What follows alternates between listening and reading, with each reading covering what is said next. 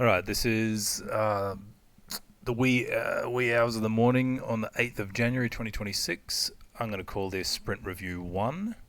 So initial commit was 3 months ago, as you can see, but I've been kind of working on this pretty heavily over the Christmas break. And yeah, it looks like it's getting good, so I'm gonna push on with it. So this is was going to be called Upset Ned because this guy's name was going to be Ned, but I changed it to Combat Status Limbo because I think that's cooler. So this started out like this. This is my prototype, and I did a little. You probably can't tell, but he's got two hands shooting guns right now. Is the idea. I just wanted to see if I get the animations working and a little bit of a diving style, and then I did a backflip, which was pretty rad. I thought. I was quite happy with myself there, and then added a player model, do the jacket. And these guys were using a behavior tree to shoot at you, and it was all going to be one single player. Then I was like, you know what, I'm going to try to make it multiplayer, and so I've made a multiplayer, and I'll probably do a video about what I did there. But then I made this guy, Bazooka Jenkins. He's a black dynamite. It looks so good. I'm so happy with that model. And then this is me playing with the multiplayer, which I'll go into at one point. So getting the input to stream into the server and then doing client-side reconciliation. It was pretty hectic. But what I got works. So I rolled my own. And I've even done a little bit of stuff there. This is on GitHub, so you can check it out if you want. Have a look at it. It's I just added a license. I'm going to put it CC0, which means do what you want, and just let me know. So this is how it started, and this is how it's going. This is my Godot editor. I don't know, I'll just make this it's the right size.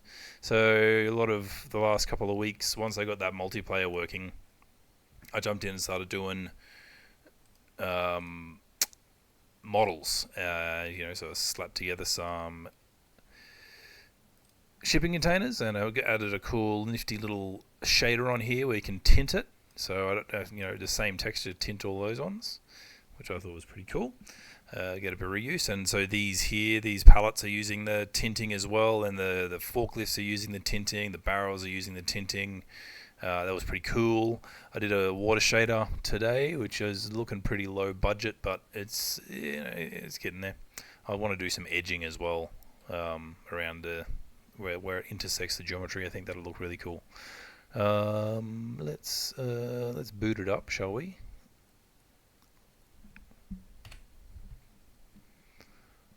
So it runs server, and let me bring over.